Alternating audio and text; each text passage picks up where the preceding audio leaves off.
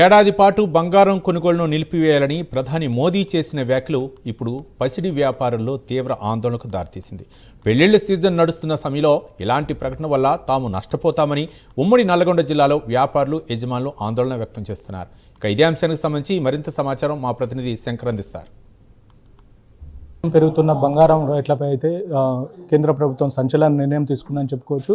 So నిన్న మే 13 అర్ధరాత్రి నుండి బంగారం దిగుమతుల సుంకం ఏదైతే ఉంటుందో అది ఏకంగా 5 నుండి 10% పెంచిన పరిస్థితి అయితే కనపడుతుంది. మనం సూర్యాపేట జిల్లాలోని ఒక బంగారం షాప్లో ఉన్నాం. మొత్తంగా చూసుకోవచ్చు ఇక్కడ కస్టమర్ లేక వెలవెల వెళ్తున్న పరిస్థితి అయితే కనపడుతుంది. అయితే నిరంతరం పెరుగుతున్న పసిడి ధరలు ఏవైతే ఉంటాయో వీటికి కళ్ళమేసేందుకు కేంద్ర ప్రభుత్వం సంచలన నిర్ణయం తీసుకుందని చెప్పుకోవచ్చు. బంగారం, ప్లాటినం, వెండి అంటే విలువైన లోహాలు ఏవైతే ఉంటాయో వీటికి దిగుమతి సుంకాన్ని అయితే భారీగా పెంచుతూ అయితే కేంద్ర ప్రభుత్వం కేంద్ర ఆర్థిక శాఖ ఉత్తర్వులు జారీ చేసిన పరిస్థితి అయితే కనపడుతుంది. ఇప్పటి వరకు 5% ఉన్న ప్రాథమిక కస్టడీ డ్యూటీ ఏదైతే ఉందో 10% పెంచుతూ కేంద్రం ఒక నిర్ణయానికి అయితే తీసుకుందని కూడా చెప్పుకోవచ్చు. ఈ పెంచిన సుంకాన్ని నేటి అర్ధరాత్రి నుండి అంటే 13వ తారీఖు అర్ధరాత్రి నుండి అయితే అమల్లోకి రానున్నాయి. 2025-2026 సంవత్సరంలో భారత్ రికార్డు స్థాయిలో అయితే $71.98 బిలియన్ విలువైన బంగారాన్ని దిగుమతి చేసుకోవడం దేశ ఆర్థిక వ్యవస్థపై అయితే ఒత్తిడి పెంచిందని కూడా చెప్తున్నారు. అయితే ప్రపంచవ్యాప్తంగా చైనా తర్వాత అత్యధిక బంగారాన్ని వినియోగించింది భారతదేశం అని కూడా చెప్తున్న పరిస్థితి అయితే కనబడుతుంది.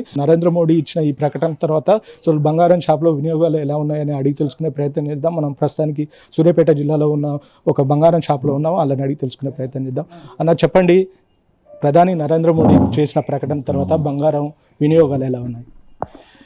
అది నిన్న హైదరాబాద్కి వచ్చినప్పుడు మొన్న రీసెంట్గా నరేంద్ర మోడీ గారు చెప్పారు, ఇట్లా గోల్డ్ ప్రైజెస్ అనేది కొనడం కొంచెం తగ్గియాలి, 1 సంవత్సరం పాటు తగ్గియాలి, ఆయిల్ నిల్వలు కూడా తగ్గియాలి, వర్క్ ఫ్రమ్ హోమ్ చేయాలి అని చెప్పారు. నరేంద్ర మోడీ గారు చెప్పింది ఏదైనా ఒక రీజన్ కోసమే చెప్పుంటారు, కంట్రీ కోసం, మన కోసం చెప్పుంటారు. మనం దానికి అపోజ్ చేయట్లేదు.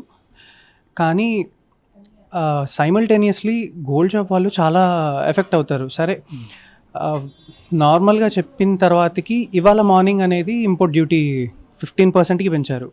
6% నుంచి 9% పెంచి మొత్తం 15% ఇప్పుడు ఇంపోర్ట్ డ్యూటీ పెరిగింది.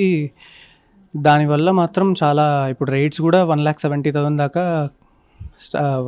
పెరిగాయి. మరి ఇంతకుముందు ఫిబ్రవరి 11 ఉన్నప్పుడే, ఫిబ్రవరి 11 ఆ టైంలోనే గోల్డ్ రేట్స్ 1,80,000కి పెరిగి మళ్ళీ 1,28,000 దాకా పడిపోయాయి. జనాల మైండ్ సెట్లో ఏమనుకున్నారంటే సరే రేట్లు తగ్గినాయి కదా ఇంకా తగ్గుతాయేమో అన్న ఆనందం వాళ్ళకి కొంచెం వచ్చింది. సరే రేట్లు తగ్గిన తర్వాతకి మాకు కూడా ఎఫెక్ట్ అయింది. చాలా ఒక 1-2 మంత్స్ వరకు మాకు బిజినెస్ లేదు. ఇప్పుడిప్పుడే చిన్నగా సెట్ అవుతుంది మాకు బిజినెస్ అన్నీ. ఎందుకంటే ఇప్పుడు మాకు వ్యాపారాలు నడవాలి. మాకు 15 మెంబర్స్ ఎంప్లాయీస్ దాకా ఉన్నారు, 10 మెంబర్స్ ఎంప్లాయీస్ దాకా ఉన్నారు. ఇదంతా this is not about gold shops, this is about entire. చాలామంది డిపెండ్ అయి ఉంటారు కదా, కారీగార్స్ ఉంటారు, చాలామంది డిపెండ్ అయి ఉంటారు. మోడీ గారు అలా చెప్పగానే రేట్లు అయితే ఇప్పుడు 1,70,000 దాకా పెరిగింది. ఇప్పుడిప్పుడే సరిగ్గా సెట్ అవుతుంది అన్న టైంలో ఇప్పుడు మళ్ళీ అలా చెప్పగానే ఇంపోర్ట్ డ్యూటీస్ పెరగగానే ఇప్పుడు ఉంటుంది ఎఫెక్ట్ అయితే చాలానే ఉంటుంది. ఇప్పుడైతే 1,65,000 దాకా ఉండండి లైవ్ రేట్.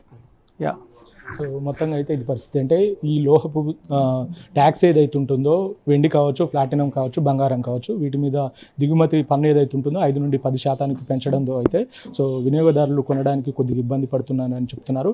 అంటే రోజువారీగా కొనే ఈ బంగారం ఏదైతే ఉంటుందో దాంట్లో సగమే తీసుకుంటున్నారని చెప్తున్నారు. నరేంద్ర మోడీ చెప్పిన మాటలు ఏవైతే ఉంటాయో ఈ మాటల మీద చాలా ప్రభావం పడిందని చెప్తున్నారు. అంటే బంగారం షాపు యజమానులు కూడా మెయింటెనెన్స్ కోసం కొద్దిగా కష్టమవుతుంది.